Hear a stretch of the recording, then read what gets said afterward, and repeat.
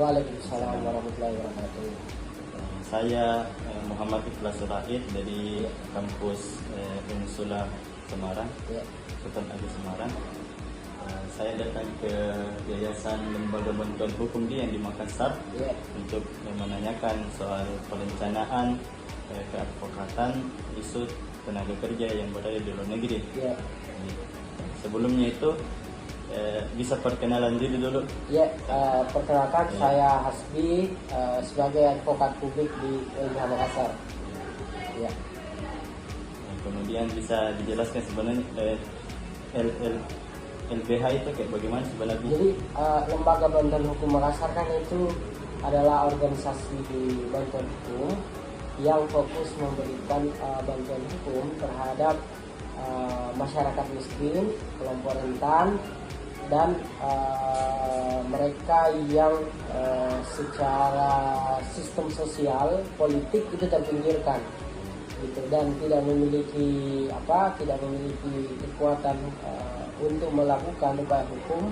Maka LBH hadir untuk membantu masyarakat tersebut gitu. Jadi misalnya kalau ada orang yang belum tahu tentang hukum bisa mengajukan di sini untuk bantuan. Misalnya orang yang mengalami masalah hukum, misalnya orang yang kan kalau khusus terkait dengan pekerja migran, biasanya kan itu ada kendala di persoalan dokumennya, dokumen. Nah, kadang LBH Makassar bisa dengan mitra jejaring untuk mengadvokasi orang-orang tersebut gitu. Kemudian terkait dengan temanya tentang imigran, ini kan kalau ada TKI yang bermasalah, ada beberapa kasus yang sering kita dengar, ada yang biasanya bermasalah dengan kontraknya, ada yang biasanya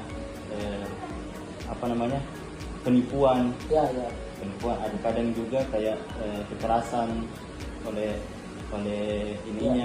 majikannya, kemudian ada juga yang tidak sesuai kontrak perjanjian, kadang tidak kasih gaji, kadang juga. Nah, sebenarnya yang begitu itu saya mau tanyakan, misalnya dari dulu, misalnya kalau ada yang bekerja di luar negeri, kemudian istilahnya dia ilegal istilahnya, atau biasa disebut tidak berdokumen kan, ada yang berdokumen, ada yang tidak berdokumen. Apakah yang diterima saja yang dibantu saja yang istilahnya yang legal sesuai dengan prosedur, atau yang tidak yang istilahnya yang inilah yang tidak ada dokumennya juga tetap dibantu, atau bagaimana? Jadi prinsipnya kan LBH Makassar itu memberi bantuan hukum terhadap semua orang itu tanpa terkecuali. Jadi artinya meskipun orang itu misalnya tidak memiliki dokumen, artinya paspor dan lain-lain, visa kerja, LBH Makassar itu tetap punya dasar untuk memberi bantuan hukum, karena prinsipnya kita memberi bantuan hukum itu kepada manusia. Semua manusia, sepanjang dia adalah manusia, itu masih tetap diberi bantuan hukum. Misalnya juga ada pekerja refugee, pengungsi dari luar negeri, itu juga kadang ada yang mohon bantuan hukum ke sini. Jadi bukan cuma TKI, bisa juga ada WNA yang warga negara asing punya masalah hukum, tidak memiliki akses, kita biasa ke dia juga. Bisa dibantu juga, bisa. Kemudian yang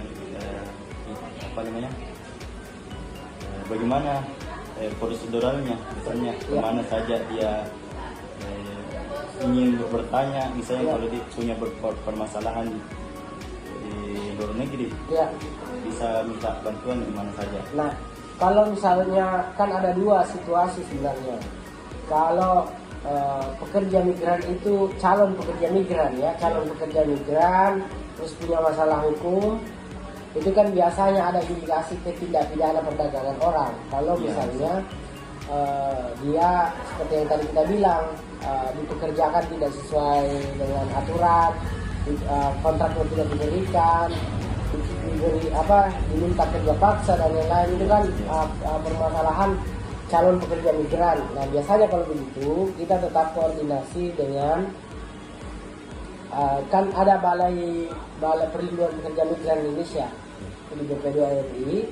Nah biasanya kita koordinasi ke situ terkait dengan bagaimana perlindungan orang-orang ini, termasuk juga ke aparat kepolisian untuk melakukan penindakan terhadap aktor-aktor yang melakukan tindakan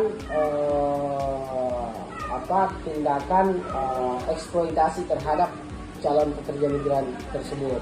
Nah, kalau situasinya dia sudah ada di luar negeri, maka kita biasanya berkoordinasi dengan jaringan. Kan kita juga punya jaringan serikat buruh migran Indonesia, ada SPMI kalau di Jakarta, tapi juga ada banyak teman-teman yang terlibat di perlindungan pekerja migran. Nah biasanya kalau seperti itu, kalau dia ada di luar negeri, misalnya ada di Sabah atau Sarawak, kan cenderungnya kalau orang-orang Sulawesi cenderungnya dia di Sabah atau Sarawak. Biasanya kita koordinasi dengan teman-teman di konsulat jenderal, kan ada konsulat jenderal yang ada di Sabah atau di Sarawak, itu yang perwakilan KBRI perwakilan KBRI yang bisa memberikan minimal adalah akses pendokumentasian dulu, mendokumentasikan seluruh warga negara Indonesia yang ada di bekerja di sana dan tanpa dokumen. Biasanya kan tanpa dokumen, biasanya di prosesnya begitu gitu. Biasanya konsulat jenderal itu cukup aktif untuk melakukan pendataan begitu dan memberikan perlindungan kepada warga. Jadi kalau ada imigran ini yang bermasalah bisa melapor ke konsulat jenderal, KJRI. Yang penting kita kan modalnya KTP, yang penting kita punya KTP Indonesia. Kalau saya tidak punya paspor, bisa minta bantuan ke konsulat jenderal. Kan itu memang fungsinya gitu, untuk melindungi seluruh warga negara Indonesia yang ada di luar negeri. Biasanya kasus terbanyak kejadian kayak bagaimana yang ya itu kalau di Sulawesi Selatan kan atau di Sulawesi kan itu yang tidak berdokumen toh. Ya. Kadang yang sudah kerja di sana, lawang kerja tapi tidak punya dokumen visa kerja dan lain-lain, gitu kadang persoalannya. Ketika mendapat razia dari pihak kepolisian Malaysia, nah itu biasanya ditarget orang-orang begitu kemudian dideportasi. Ya. Begitu. Ya. Terus kemudian ini sebenarnya pertanyaan dari saya sendiri dulu ini. Apakah perlindungan itu tidak hanya ke imigran saja? Misalnya kalau ada yang belajar di luar negeri, ya bisa juga melapor. Iya, semua kan sepanjang kita ada di luar negeri dan kita mengalami permasalahan di luar negeri, maka yang menjadi otoritas kita untuk mendapatkan perlindungan itu adalah konsulat jenderal atau KBRI. Itulah tugasnya otoritas pemerintah yang ada di luar negeri gitu. Jadi semua, bukan cuma pekerja migran, tapi mahasiswa yang sedang kuliah dan lain-lain kan. Iya. Begitu. Itulah tadi wawancara singkat kepada narasumber, salah satu advokat yang bekerja di Lembaga Bantuan Hukum Makassar. Adapun kesimpulan yang sempat saya catat yaitu prosedural tentang perencanaan keadvokatan terhadap isu tenaga kerja yang berada di luar negeri. Yang pertama adalah mengidentifikasi masalah, yaitu mengetahui permasalahan yang ada di sana, apakah itu berkaitan tentang gaji, perselisihan kontrak dan yang lain-lain.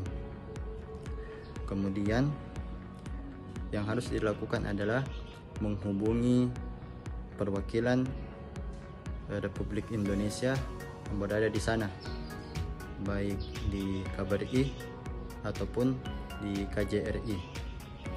Bisa melalui telepon darurat atau menghubungi email, ataupun kalau memungkinkan untuk bisa mendatangi langsung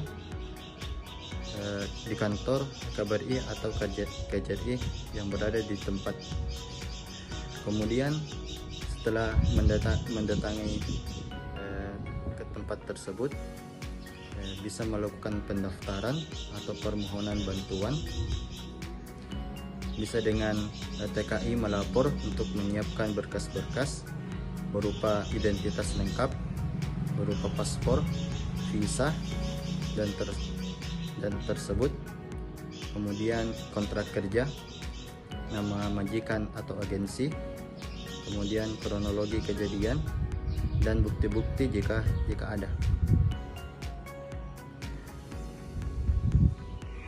Kemudian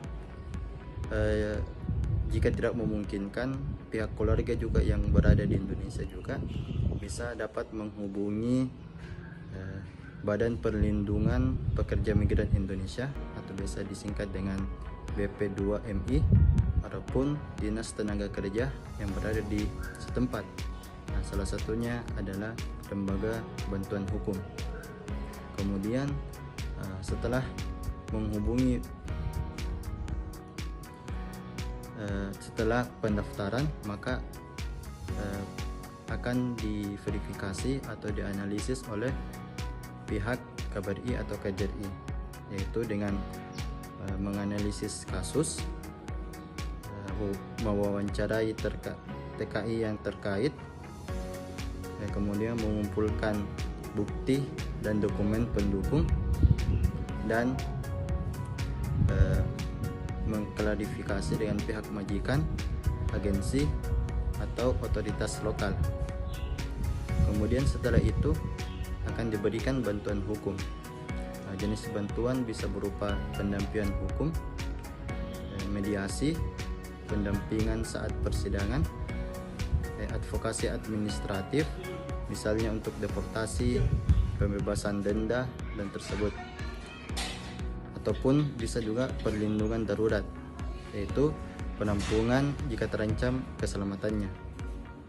Kemudian setelah itu akan didampingi atau dimonitoring untuk tindak lanjutnya, yaitu KBRI atau KJRI memantau perkembangan kasus, memberikan laporan ke BP2MI dan pihak keluarga jika diminta, dan mengupayakan pemulangan jika diperlukan, termasuk bantuan tiket dan dokumen perjalanan.